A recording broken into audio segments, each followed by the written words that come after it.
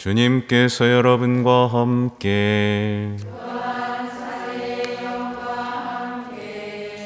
요한이 전한 거룩한 복음입니다. 주님 영광 받으소서.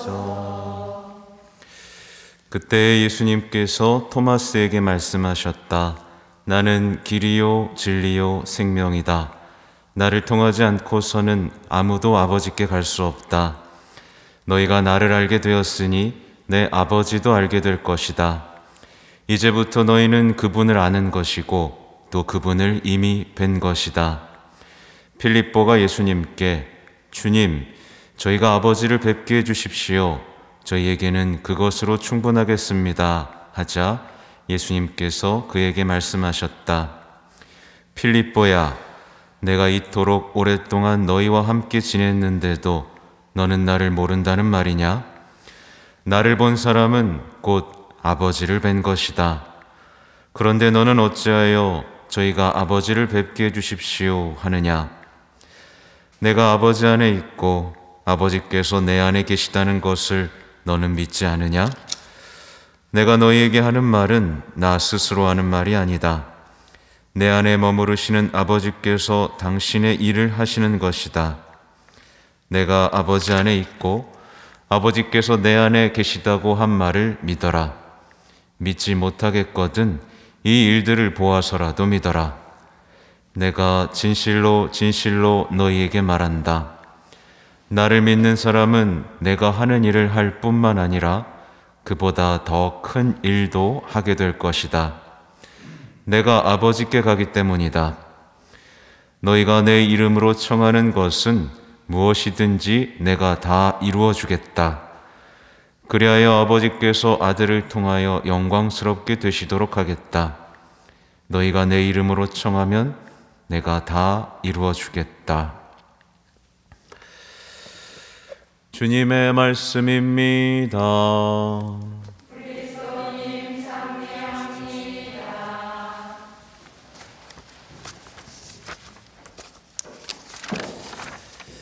전미예수님. 네, 어린 친구들도 있네. 안녕하세요. 왜 안 해줘? 네, 오늘은 성 필립보와 성 야고보 축일입니다. 그래서 매일 미사책에도 간단하게 나오죠. 필립보 사도는 갈릴레아 벳사이다 출신이면서 세례자 요한의 제자였지만 이제 와서 보아라 라는 말씀을 통해서 이제 예수님의 제자가 되었죠. 그리고 오늘 기념하는 야고보는 작은 야고보이면서 야고보서의 저자죠. 그래서 여기도 제가 다 찾아놨지만 오늘은 복음을 중심으로 강론을 좀 준비했습니다. 필립보가 오늘 예수님께 주님, 저희가 아버지를 좀 뵙게 해주십시오. 그러니까 필립보는 욕심이 좀 있었던 것 같아요. 예수님만으로 만족하지 못하고 하나님을 보고 싶은 마음이 있었던 거죠. 근데 필립보에 대한 그 질문에 예수님의 대답은 필립보야, 내가 이토록 오랫동안 너희와 함께 지냈는데 너는 나를 모른다는 말이냐? 나를 본 사람은 곧 아버지를 뵌 것이다 라고 말씀을 하시죠. 그러니까 예수님이 보여주신 모든 사랑이 뭐랑 같은 거예요? 아버지의 사랑, 하느님의 사랑하고 똑같은 겁니다. 그러니까 예수님을 통해서 우리는 아버지가 어떤 분인지를 알 수 있게 되는 거죠. 딱 십자가 보면 와, 하느님이 저렇게 우리를 사랑하시는구나 라고 알게 되는 거예요. 근데 어떤 분들이 이걸 딱 분리합니다. 어떻게 분리하느냐? 예수님이 저 고생을 하시는데 아빠가 보고만 있었다는 거죠. 이러면 이제 신앙이 이제 망가지기 시작하는 겁니다. 아시겠죠? 예수님이 바로 하느님의 사랑을 보여주신 거예요. 그러니까 예수님을 딱 보면 하느님이 이렇게 구체적으로 우리를 사랑하시고 겸손하시고 정말 다른 분이구나, 권위적이거나 지배하시거나 막 명령하시거나 하는 분이 아니라 우리와 함께 사시면서 그토록 사랑하신 분이구나 라는 것을 우리는 알아야 되는 거죠. 근데 이제 문제는 이제 우리에게 생기는 겁니다. 신앙생활을 오랫동안 하고도, 필립보가 오랫동안 예수님과 함께 지내고도 오해를 했던 것처럼 신앙생활을 오랫동안 하고도 기도가 어렵다 하는 분들이 있고, 고해성사가 어렵다 라고 하는 분들이 있습니다. 안타깝지만 이 말은 곧 뭐라는 얘기예요? 예수님을 모른다라는 얘기입니다. 기도가 어렵고 고해성사가 어려운 사람은 예수님을 모르는 사람입니다. 왜냐하면 모르니까 대화가 어렵죠. 그죠? 네. 기도는 대화잖아요. 그죠? 네. 모르니까 대화가 어려워요. 우리 친구들도 그렇죠? 모르는 사람하고 얘기하고 싶지 않죠? 네. 대답이 없군요. 퀴즈를 내야 되는가? 모르니까 대화가 어려운 거고, 또 두려우니까 화해가 어려운 겁니다. 말하자면 고해성사가 어려운 거, 두렵거나 뭔가 이상한 거예요. 그죠? 그래서 죄 고백은 굉장히 구체적으로 해야 돼요. 만약에 여기서 사는 게 죄죠. 제가 맨날 죄만 져요 라고 해서 추상적으로만 고백하는 사람은 예수님을 모르는 사람입니다. 예수님을 아는 사람은 구체적으로 고백을 해요. 이런 면에서 우리 어린이들이 훨씬 더 예수님을 잘 압니다. 우리 아이들은 구체적으로 얘기합니다. 어떤 아이들은 촉구해야 할 때 제가 벌레를 많이 밟아 죽였습니다. 네, 제가 모기를 괴롭혔습니다. 뭐 이런 거 구체적으로 얘기합니다. 엄마 말을 안 들었습니다. 엄마 몰래 게임을 했습니다. 이렇게 구체적으로 얘기하는데 어른들은 아유 주일미사 빠지고요. 사는 게 죄죠. 그냥 넘어갑니다. 훨씬 못하죠. 또 사랑하지 않으니까 기쁨이 없는 겁니다. 신앙생활에서 기쁨이 없는 사람은 사랑이 없는 거예요. 그죠? 그러니까 예수님 모르는 겁니다. 그래서 결론에 또 도달하면 예수님을 모르면 하느님을 알 수 있어요? 없어요? 뭐 없어요. 예수님을 모르면 또 하느님을 모르게 되는 거죠. 그러니까 신앙인이라면 반드시 예수님을 알아야 됩니다. 우리 친구들이 천년성취하는 기간에 배우는 게 뭐예요? 예수님인 거죠. 그죠? 그래서 예수님을 모르는 신앙생활은 길을 잃을 수밖에 없어요. 왜냐하면 예수님은 길이요, 진리요, 생명이기 때문에. 그래서 신앙생활을 하면서도 길을 잃는 사람이 있습니다. 내가 뭘 해야 되지? 그래서 점집 가잖아요. 뭘 해야 되지? 진리를 모르는 사람, 헷갈리는 사람이 되고, 아무리 신앙생활해도 죽음 같은 삶이 펼쳐지는 사람이 있잖아요.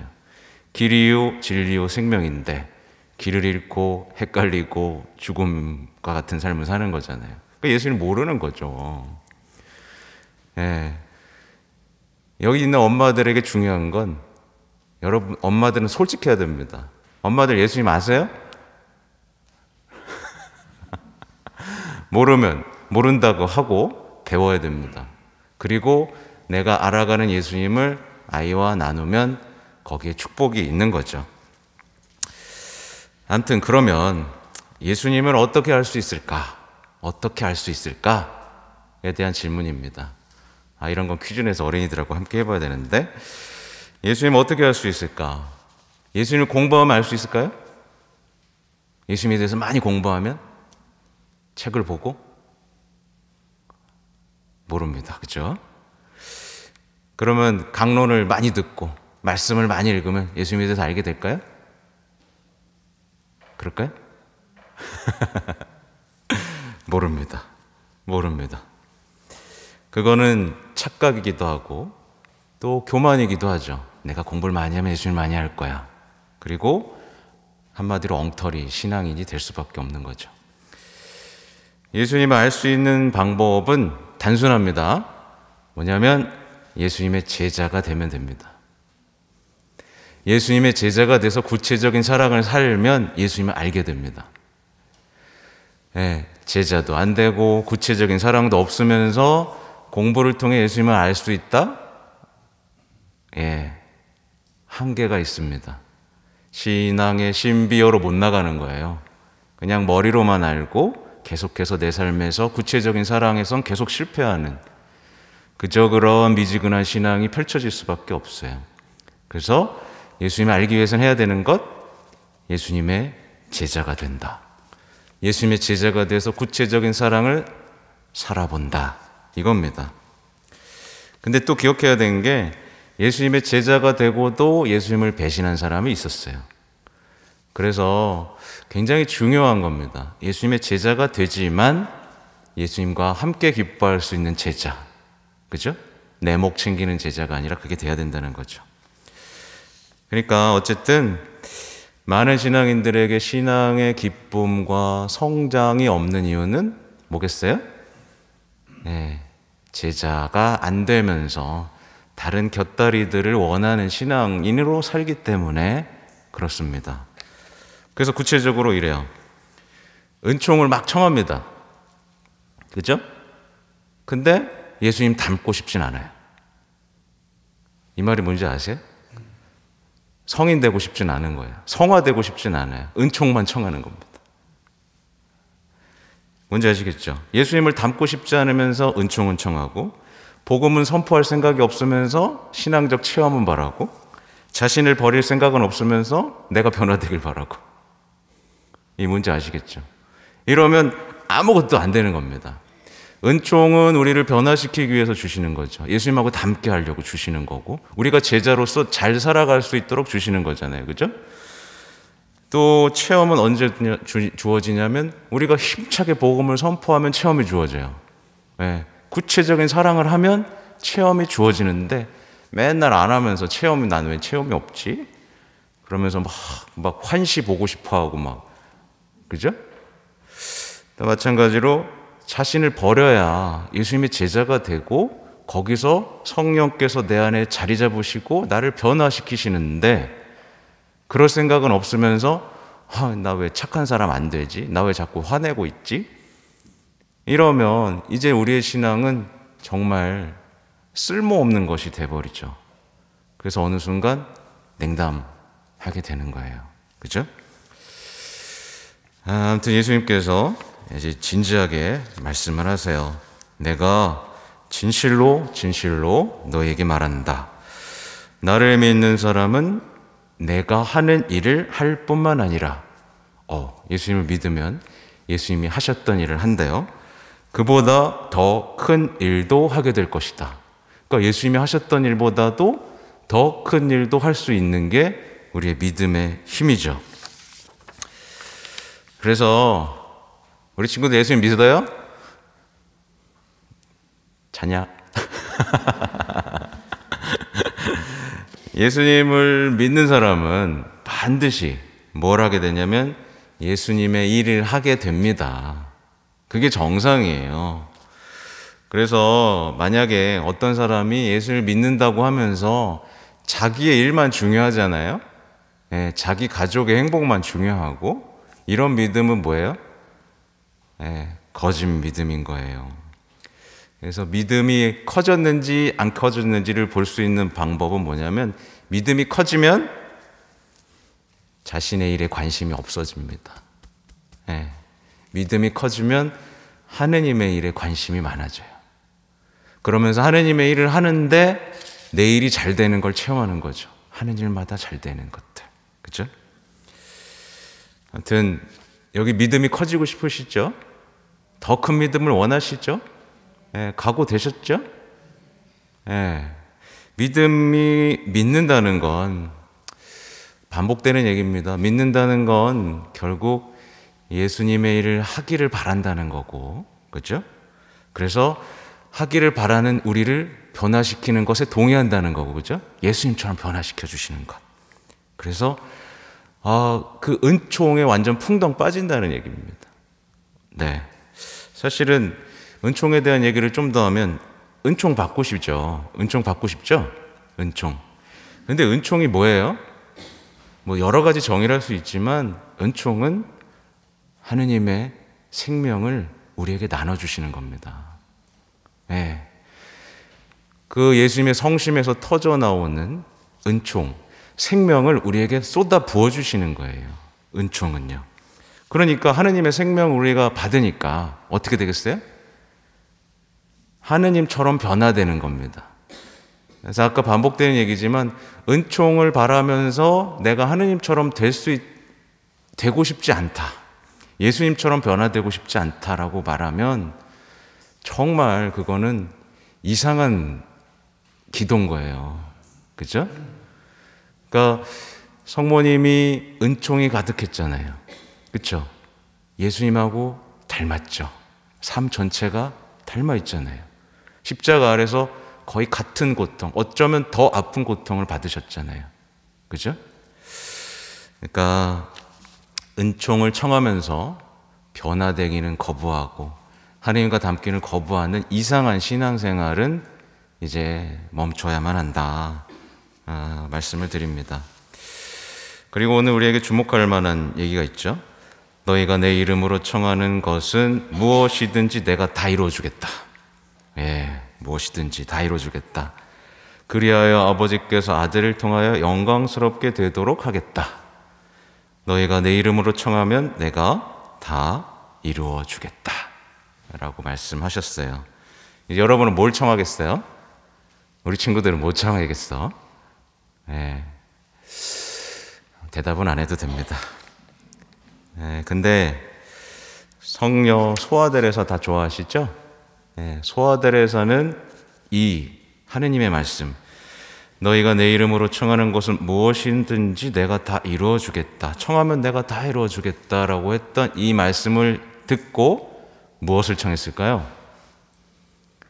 예, 이렇게 청했습니다. 당신을 믿고 온전히 의지하여 청하오니 오셔서 저의 영혼을 차지하여 주십시오. 라고 말합니다. 예. 이렇게 되고 싶으신 분 부끄러워서? 네. 그러니까 이걸 청하셔야 돼요. 가장 그분이 나를 차지하시면, 그리하여 내가 사라지면 가장 아름다운 내 모습을 되찾게 됩니다. 예. 자신을 버리면 우리가 사라지는 게 아니에요. 자신을 버리면 가장 아름다운 내 모습으로 살아갈 수 있게 돼요. 그래서 소아데레사의 이게 봉헌기도문에 나오는 얘기인데, 소아데레사는 사람들이 예수님을 더 사랑하게 만들고 싶다. 예, 이렇게 계속 청했죠, 그죠? 예, 내가 이렇게 나약하지만 정말 독수리처럼, 그죠? 예, 아무튼 그 아름다운 얘기들이 막 펼쳐집니다. 예, 우리는 그런 것들을 청할 수 있어야지 이렇게 귀한 말씀 앞에서 나 좀 잘 살고 잘 먹고 안 아프고 싶어요, 이런 거 말고, 그죠? 다른 걸 청하면 필요하면 다른 건 다 주십니다. 따라서 주시니까. 이거를 기억해야겠고요. 또 하나 성모 성월이기 때문에도 그렇고 오늘 복음에서 꼭 기억해야 될 분이 있는데 바로 성모님입니다. 왜냐하면 보세요. 나를 본 사람은 곧 아버지를 뵌 것이잖아요. 그렇죠? 근데 예수님을 보게 해주신 분이 누구예요? 성모님이죠. 그러니까 하나님께서 우리에게 예수님을 보여주기 위해 선택한 도구가 성모님인 거죠.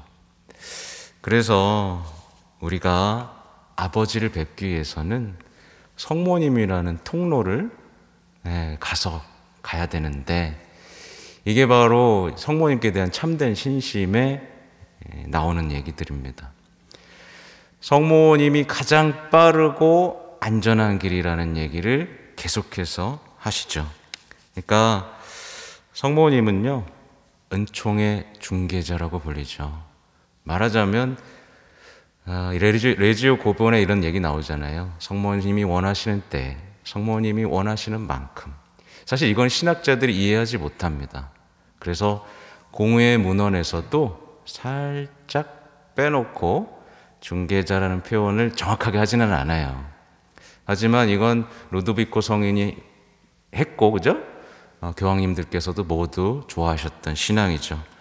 그러니까 성모님을 통해서 우리는 예수님을 더 사랑할 수 있게 되고 더 잘 알게 되고 예수님을 더 닮은 사람이 될 수 있는 가장 빠른 길을 우리는 얻을 수 있죠. 그래서 안타깝지만 성모님을 신앙의 걸림돌이라고 생각하는 사람들이 있어요. 성모님을 사랑하면 예수님하고 좀 멀어지는 거 아니야? 예수님에게 좀 뭐랄까?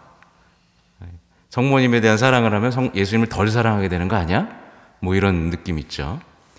그게 아니라 성모님을 통해서 예수님을 더 잘 알게 되는데, 근데 오늘날에 성모 신심이 많이 죽었죠, 그죠?